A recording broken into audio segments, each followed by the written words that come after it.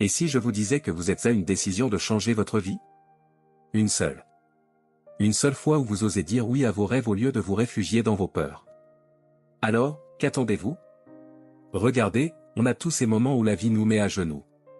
Peut-être que c'est une série d'échecs qui s'accumulent, une rupture, une perte d'emploi, ou ce sentiment constant que quoi que vous fassiez, ça ne suffit jamais.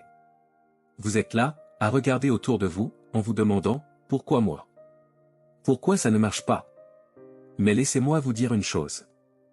Les moments où tout semble s'écrouler, ce sont les moments où vous êtes en train d'être façonné. Oui, ça fait mal. Oui, c'est inconfortable. Mais devinez quoi? Ce sont précisément ces instants qui vous préparent à devenir la version de vous-même que vous admirez tant chez les autres. Imaginez un muscle. Vous voulez qu'il devienne plus fort? Vous devez d'abord le fatiguer, le pousser jusqu'à ses limites, jusqu'à ce qu'il brûle, qu'il tremble. Et c'est à ce moment-là, quand il est sur le point de lâcher, qu'il commence réellement à se reconstruire. Plus fort. Plus résistant. Vous êtes ce muscle. Chaque échec est une opportunité. Chaque refus est une leçon. Chaque doute est une chance de prouver que vous avez tort. Vous vous dites peut-être, mais je n'ai pas assez de talent, pas assez de ressources, pas assez de chance. Laissez-moi vous partager une vérité.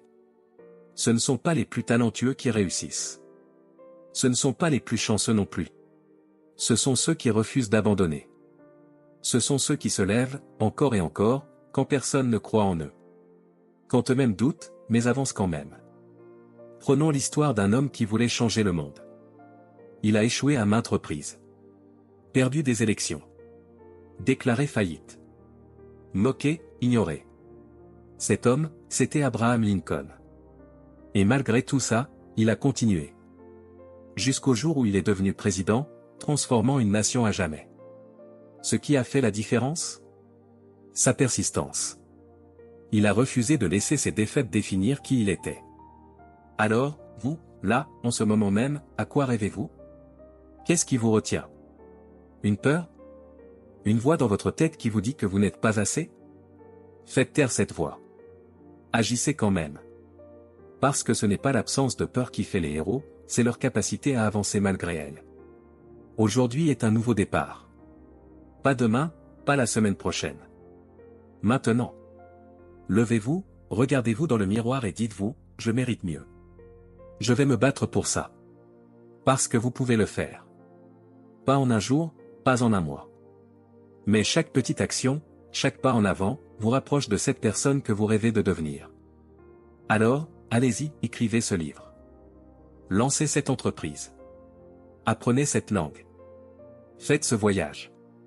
Peu importe ce que c'est, commencez. Et souvenez-vous, le plus grand échec, ce n'est pas de tomber.